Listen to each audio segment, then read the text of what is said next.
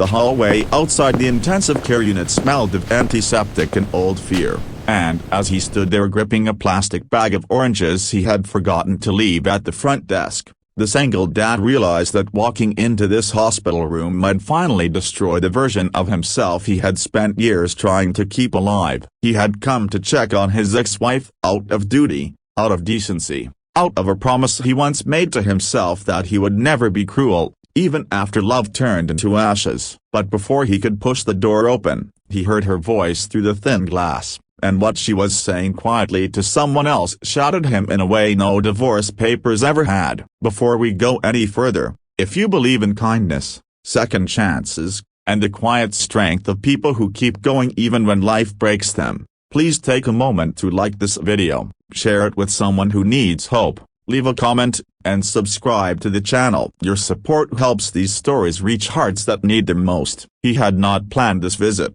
It was one of those decisions that happened late at night, when the house felt too empty and the silence pressed against his chest. His name was Daniel, and at 39 he carried exhaustion the way some men carried confidence. He was a single father to an 8-year-old daughter, and every part of his life revolved around keeping her safe, fed, and smiling despite the fractures in their past. When he got the call that his ex-wife, Laura, had been hospitalized after collapsing at work, his first instinct was to ignore it. She had chosen a life without him, and he had paid the price of that choice every single day. But guilt has a way of dressing itself as responsibility, and responsibility had always been his weakness. Their marriage had not ended in screaming matches or dramatic betrayals that made sense in movies. It ended quietly, the way something precious dies when both people are too tired to save it. Laura had wanted more than Daniel could give at the time: more ambition,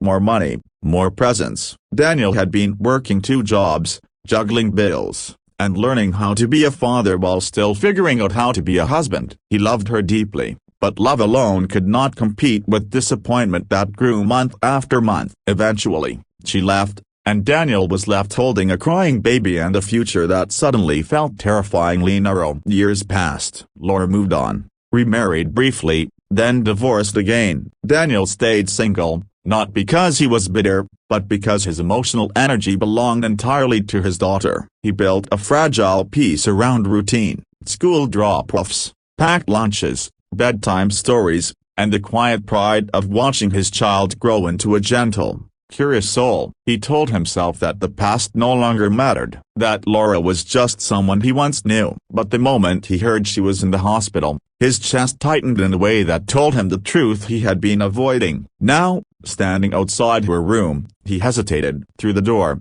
he could hear her voice, weak but clear, speaking to a nurse or maybe a doctor. He was not trying to listen, but some words are heavy enough to stop time. She was talking about regret, about mistakes that followed her into every quiet moment, about how she had pushed away the only man who ever loved her without conditions, and how she lived with that weight every day. She spoke about Daniel, not knowing he was there, and about how she watched him from a distance, raising their daughter alone, becoming the man she once believed he could never be. Those words sank into him like glass, not because they felt like vindication, but because they reopened wounds he thought had healed. He had spent years blaming himself for the failure of their marriage, replaying every moment where he fell short. Hearing her acknowledge his sacrifices did not feel like victory. It felt like grief arriving late, when nothing could be fixed. He leaned against the wall, struggling to breathe. The memory of sleepless nights,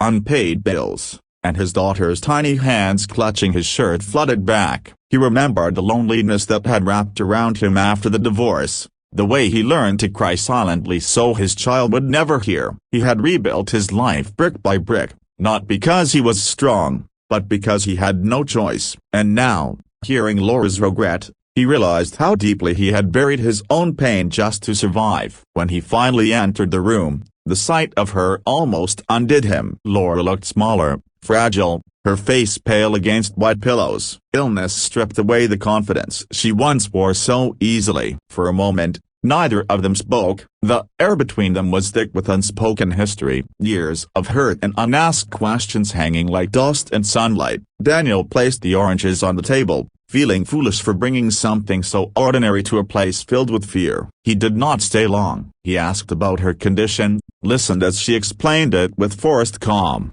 and nodded in the right places. He did not mention what he had overheard. He did not tell her how her words had broken him open. Some truths are not meant to be confronted directly. Before leaving, he told her their daughter asked about her sometimes, and that she was doing well in school. That was enough to make Laura cry quietly, turning her face away as if ashamed. That night, Daniel could not sleep. He lay awake staring at the ceiling, realizing that forgiveness was not a single decision but a process he had never allowed himself to begin. He had convinced himself that moving on meant becoming emotionally numb, but the hospital visit proved that he was still very much alive inside, still capable of being hurt, still capable of compassion. He thought about his daughter and the example he was setting for her, about how bitterness could quietly shape a child's understanding of love. Over the following weeks, Daniel visited the hospital a few more times, not out of obligation, but out of something gentler and more complicated. He brought updates about their daughter, small stories meant to keep Laura tethered to hope. He watched as she slowly regained strength, both physically and emotionally. There was no talk of reconciliation, no dramatic declarations. What grew instead was something quieter: mutual respect, understanding, and the shared responsibility of being parents to the same child. Laura eventually left the hospital, thinner but more grounded. She thanked Daniel in ways that did not ask for forgiveness but acknowledged his endurance. She admitted, carefully and humbly, that she had misjudged him, and that regret had been her constant companion. Daniel listened without anger. He realized that her suffering did not erase his own, but it did give him permission to let go of resentment he no longer needed. Life did not magically become perfect. Daniel still woke up early, still worried about money, still felt the ache of loneliness on certain nights. But something had shifted inside him. The burden of the past felt lighter. He noticed that he smiled more easily,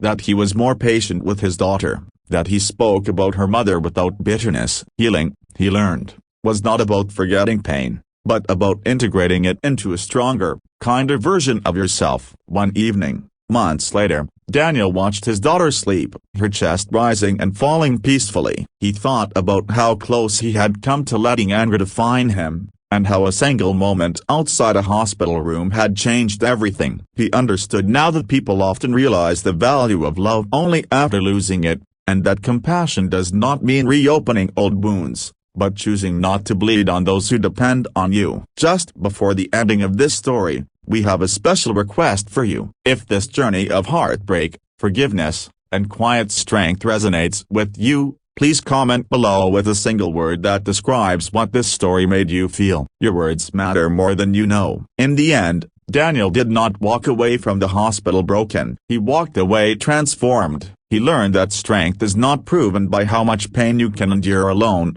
but by how gently you can carry it without letting it harden your heart. He remained a single father, but no longer a lonely one. He carried with him the knowledge that love, even when it fails, leaves behind lessons that can shape a better future. If this story touched your heart, if it made you reflect on forgiveness, sacrifice, or the quiet heroes in everyday life, please take a moment now to like, comment, share, and subscribe. Your engagement helps keep stories like this alive, reaching people who may be standing in their own hospital hallways, listening to words that could either break them or help them heal.